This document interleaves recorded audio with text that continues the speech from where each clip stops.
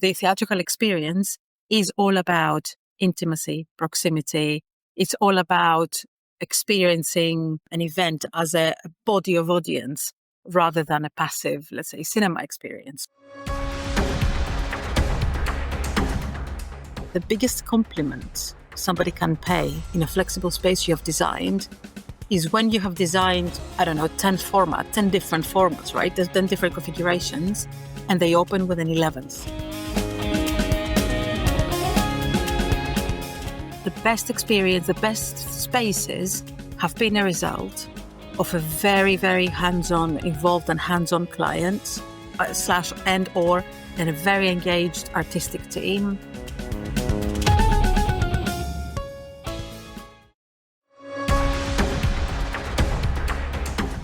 Welcome to the StageLink podcast, your access and connection to the live performing arts.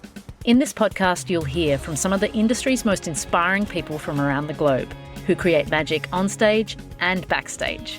Our guests share their knowledge, passion, and the real stories of how a show comes together. We hope you enjoy this episode. Welcome to the StageLink podcast. My name is Anna Robb, and today we're speaking with Elena Giakoumaki. Elena has 15 years experience as a theatre consultant, 8 years experience with UK architectural practices specialising in theatre design, and 2 years experience as a leading set designer in Athens.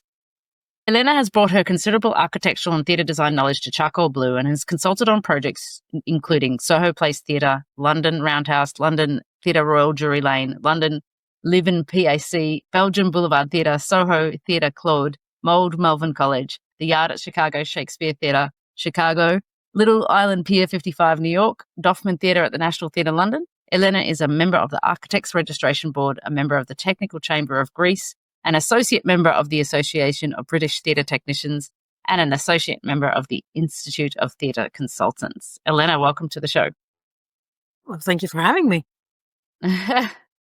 Your work is in the intersection between architecture, performance, and cultural experience. So tell me a little bit about theatre spaces and where things are these days in terms of how things are evolving, because I guess theatre has changed a lot post-pandemic and people's expectations and audience expectations have changed. So tell us, in your view, what is shifting in the last few years?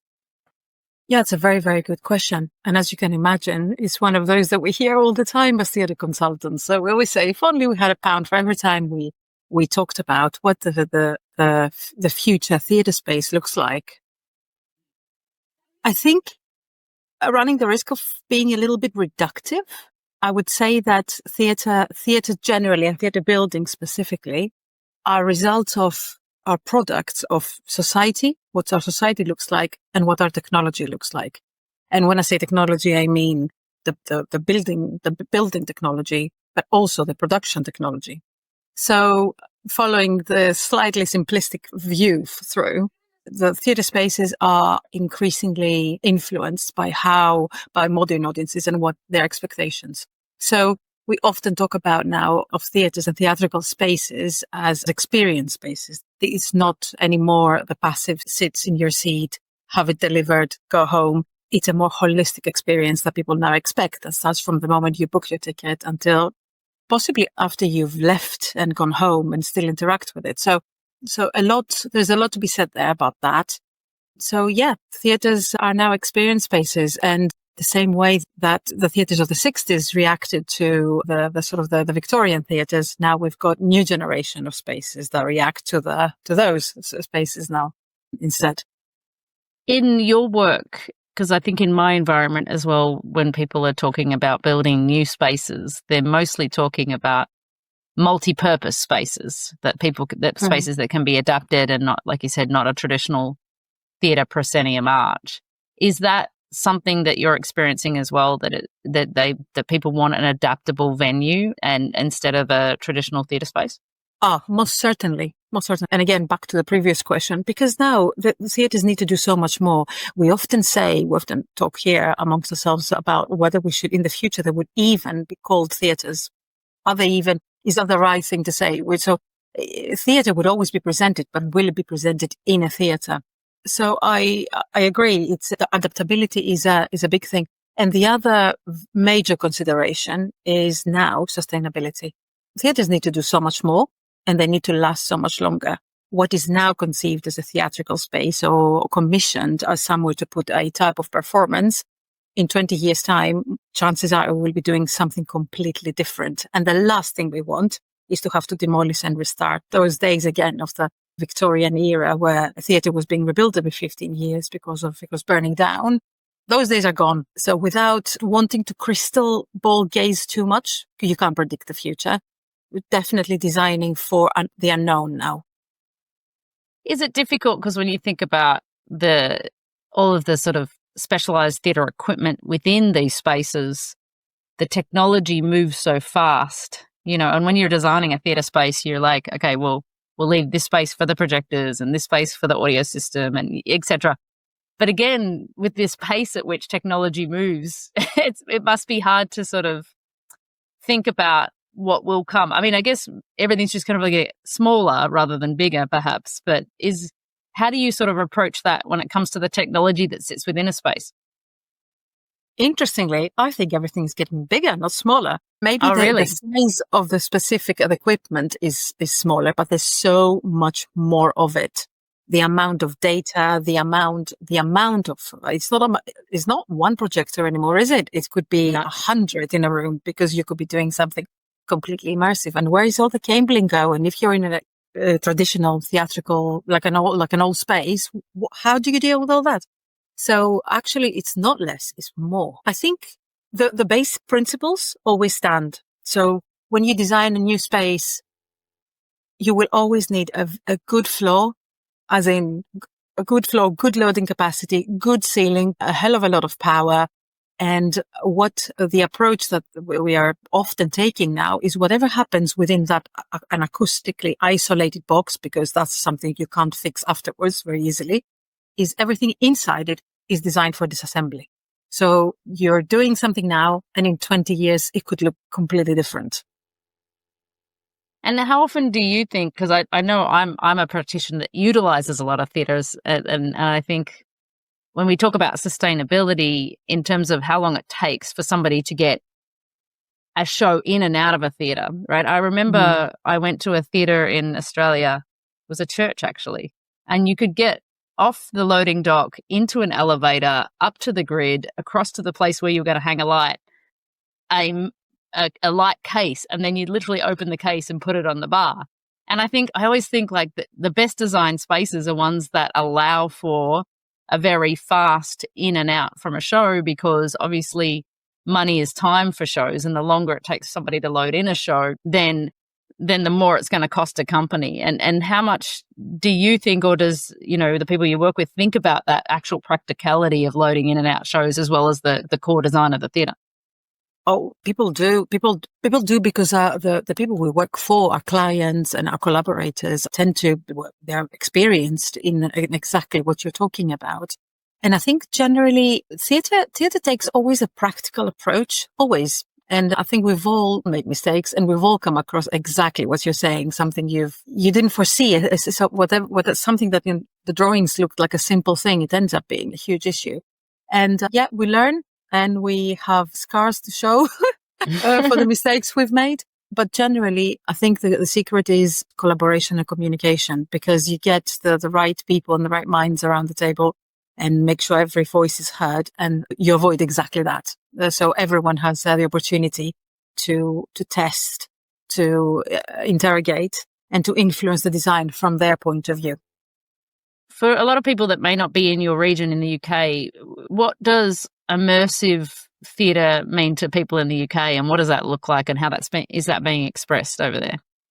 Immersive is, I'm sure you will, I'm sure it's not a UK thing. It's everywhere. Immersive is everywhere, right? Even now, of course, you go to buy a sofa and it's on your phone app and you can see it in your own living room. So that is the challenge, because these are now generations that have been brought up with this. This is not now a new thing. It's a given, like a level of interactivity and expectation of technology is a given. So what it means here, it's a very, very good question. We are very, very lucky here to have a fantastic example of what I would call a layered reality show. the ABBA Voyage that we were lucky to be involved with as well. And where that, if that is not one way of presenting a show, I don't know what is. So that kind of layered reality is, I can see that continuing well into the future. I think so too, because I think also like operating costs of a show and using more technology than humans in some sense makes the operating costs cheaper, right? So, and we're always trying to fit the bottom line as producers to make a show that's going to make money and have people come regularly. Do you also find that is there an expectation for more repetitions in a day of a show? I mean, in terms of, people going to wait for an 8 o'clock show, or they want to see at 2 o'clock and a 4 o'clock and an 8 o'clock. Is there a trend towards more options for audiences over there? I don't think it's very different to anywhere else. You say that about costs and repetition, but actually it's not a magic solution, because it sounds like, okay, once you've produced it, you just hit the play button, but it's not quite like that. And shows like that are extremely costly to produce, both in terms of the actual content is expensive to produce, and also the technology that is needed is not cheap, and it has a shelf life that you have to keep up with. So in terms of repetition, that's a very good question, but I don't think it's any different to a live show. This the same thing. This is not that different, actually. Mm-hmm. It follows the same model because, again, it adapts to the audiences rather than the other way around. What's your experience or influence of working, across cultures and how that sort of influenced the way that you approach theatre design in terms of working in Europe and the UK and wherever else you've sort of worked across the world? What cultural influences you on and shapes your design? Very excellent question. I think working in another region, in a very different region as well, is a bit like learning another language. Literally like learning another language. You just need to let go a little bit of what you think you know. I think it's a very interesting is a game of confidence and humility at the same time, because the basics are the same. Humans are humans everywhere.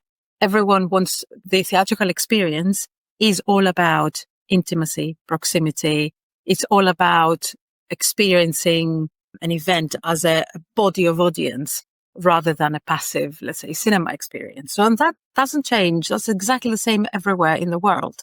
However, how that is realized is different, of course. And I think, again, going back to the parallel of learning another language, the more languages you know, the better you are at your own. The ideas and the basics are there, but there's more creativity, there's more flexibility, and more ability to see somebody else's point of view. And of course, designs do influence each other. Good ideas are everywhere, and I think it makes you more receptive and humble. That's what it does, I think, working in other regions. Okay, theatre and design professionals, here's a must-add to your calendar. World Stage Design 2025 is happening in Sharjah, UAE from October 18th to 25th. This global event celebrates the best in performance design, featuring a compelling exhibition, the Theatre Architecture Competition, the Technical Invention Prize, and Cinefest, packed with talks, workshops, masterclasses, and live performances. Now in its 6th edition, this quadrennial event is co-produced by Oistat and Sharjah Performing Arts Academy, with support from Sharjah's Development of Culture, the Ministry of Culture Taiwan, venue partner Sharjah Research and Technology Innovation Park, official build partner Talex, and logistics partner EFM Global. With sponsors like Charcoalblue, First Star Computer, Showtex and more, this is where creativity meets the heritage and future of tech, art and architecture in live events. We're looking at tickets for Sharjah this October. Are you? Find out more at www.sharjahwsd2025.com. Do you have a project that you're most proud of in a place that you've worked in other regions? Oh, in other regions, I think you mentioned one. I mean, it's a bit like asking me what's my favorite child is now, which is really, really unfair. But a project that was unique for me at the time, I suppose, and it's shaped a lot of future work as well. It's Chicago Shakespeare Theatre in Chicago, obviously, which it goes back to the basics that we were talking about before. Good floor, good ceiling, and then inside it is a completely adaptable space. So formed out of these seating towers that you can move around and completely reconfigure the space. So it was so much fun. And I think the result is absolutely incredible. I'm very, very proud of it. But again, that's just one of my favorite children, not the favorite. Yeah. I hear you. I hear you. For me, it's like saying, what's the favorite show that you've put on? I'm like, that would be impossible for me to answer. So, and I guess you learn from each and every experience, right? And you take something away from every project that you do that accumulates over time. So it's like a treasure trove of like exciting projects. That's it. Exactly right. So tell me, I'm interested because, we've just been talking straight into your work, but what was your journey to becoming a theatre consultant and a designer? And what was that sort of the architecture that built you to this point? Yeah, so I trained as an architect in Athens, and over there worked for a leading set designer, which was a formative experience, I would say. Always had a passion for theatre, but experiencing that side of things, the making side of things, was always very interesting. But him and myself, obviously, and that's why I guess we got along so well and the work was so enjoyable, is because we both had a very architectural approach to set design. The designs were always about hard materials and space, as opposed to abstract and just, on color or shape. Or it was very, very, they were very architectural. So I guess if you would ask me, what was I first, an architect or a set designer? Definitely an architect, and remain so. I love that. But architecture for theatre is a very specific niche, I think, because you do need to understand all that specialised equipment to design a space for that to exist in. And I have actually worked with some architects that come kind of cold into it, and it's a big learning curve to create space for all of that, right? That's right. Do you know what? My dad always used to say that knowledge is what you acquire after you've forgotten everything. So in a way, after you've been through the journey of learning about the technical aspect of it, you still approach, I think, we still approach spaces in a slightly, I'm not going to say naive, but in a slightly sort of with a fresh eye every time. Because I think when you first design a space, you're primarily a member of audience and an actor. Those are the two things, the 2 points of view that you start your design with. Then you sort of foil the architecture around it. And then, of course, all the tech stuff as well. And that's why, and here at Charcoalblue, we work very, very collaboratively to make sure that no ball is dropped along the way. But I think experiencing a space as a member of audience and as an actor, and that relationship is a starting point. I love that because it's just very like go to ground base level. Like the fundamental part of a theatrical space is that relationship, isn't it? Everything else is the foundation around that. You mentioned just before about there's a larger focus now on sustainability, and what does that look like in a design space? Yeah. So I think the first thing that it becomes instantly sort of something to consider is that now when we design spaces now, we're thinking 100 years at least, where we had seen that kind of drop, especially for theatres. The theatre's lifespan was like 15 years, in the Victorian times. I think we just mentioned that earlier. And now we're thinking well over 100, even beyond that. So I think lifespan, and as you said, robustness and life of the building and its components is number one consideration. The second consideration, I think, is adaptability and is that a word? Dismantleability. Being able to dismantle and disassemble and reconfigure. So, and that goes, and of course with flexible spaces, that's something you do anyway. We often say here that the biggest compliment somebody can pay in a flexible space you have designed is when you have designed, 10 different formats, right? There's 10 different configurations and they open with an 11th. And I think that is the biggest compliment, that the space can adapt from day one to whatever the artistic team needs. I love that.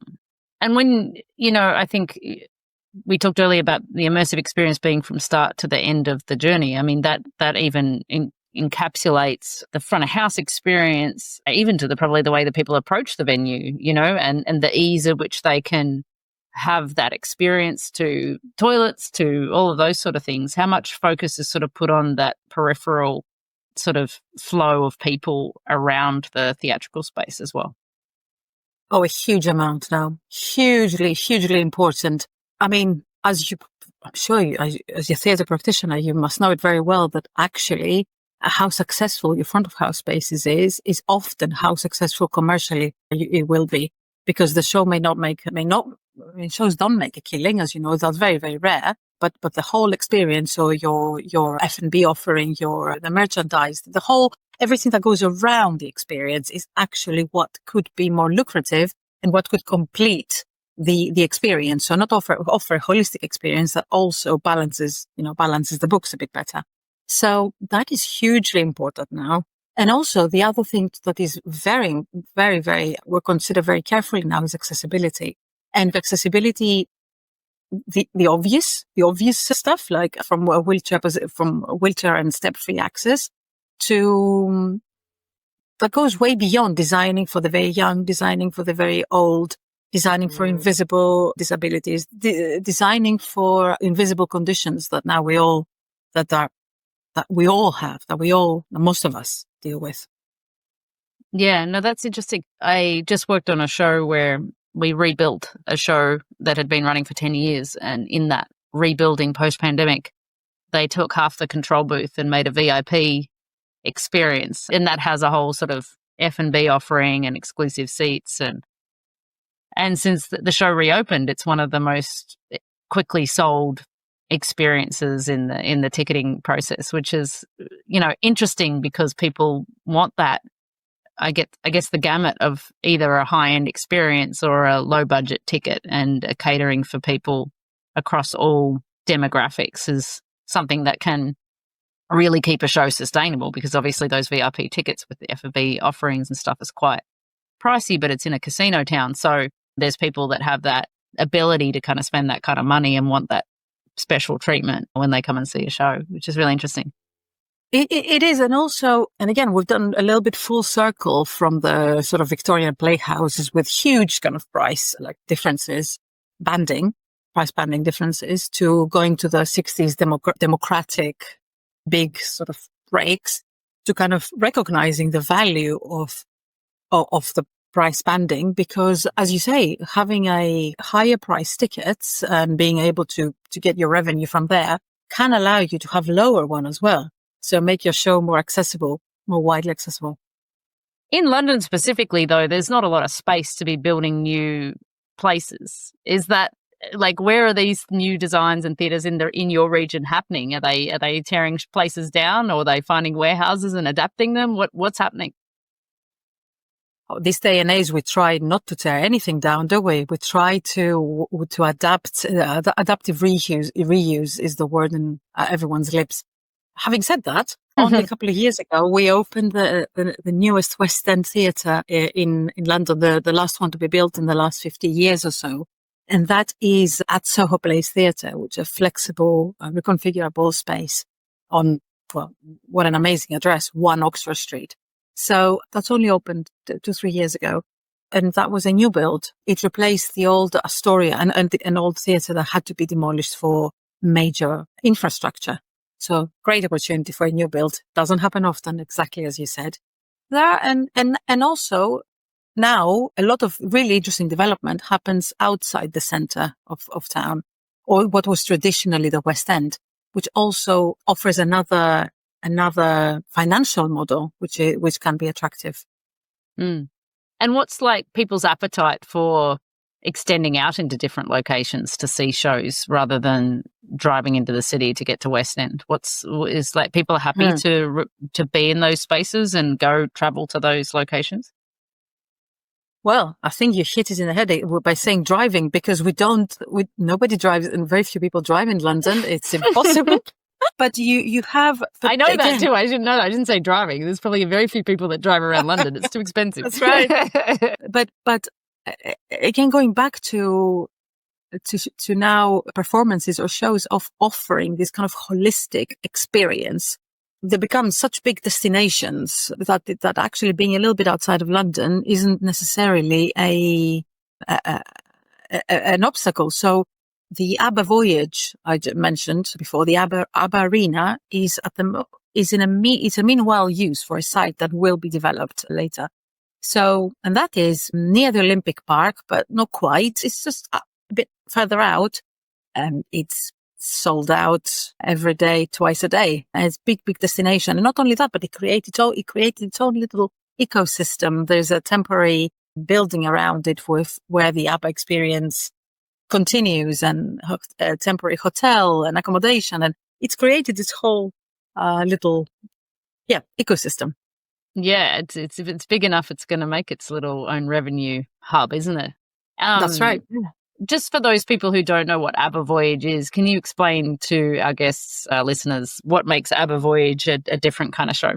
Right. So without wanting to give away anything, because it's one of those, you just have to go and experience it yourself. It's a small arena where essentially you experience an ABBA concert.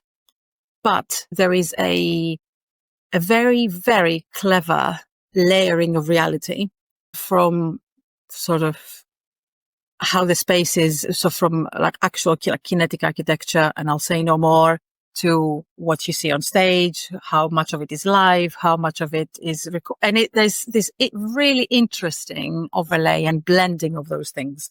But again, don't want to spoil the surprise. You do have to go and experience it. Tell people to go see it. That's it. I love that. What's your, if you were to sort of sum up, what would be your sort of process in terms of approaching a design? Where does that start for you? Like you said, it starts with the person, the audience, and the actor. But are clients giving you lots of parameters? Is it budget driven? Is it space driven? Is it where does your creativity come in that process, and how much do you get to play based on a client's direction and the mission at hand? It's all the above. It's all those things you mentioned, and it's not just the one. When the best, I think the best experience, the best spaces have been a result of a very, very hands-on, involved and hands-on client and a very engaged artistic team and a very engaged and passionate architect. So it just needs that, it needs that conversation and that kind of collaboration for it to be truly powerful. We can totally start with a blank canvas and use our experience and our best guesses. And we often have to do that as well. But I think the most powerful designs come from that tension, and that like most sort of creative processes. Yeah, I was just thinking you pretty much described making a show on the inside of that as well, right? It takes a team of people to collaborate and collaborate well together for something magical to happen, and I love that the similar process is there also in the shell that holds the space that does that. So that's super cool. and have a healthy level of disagreement.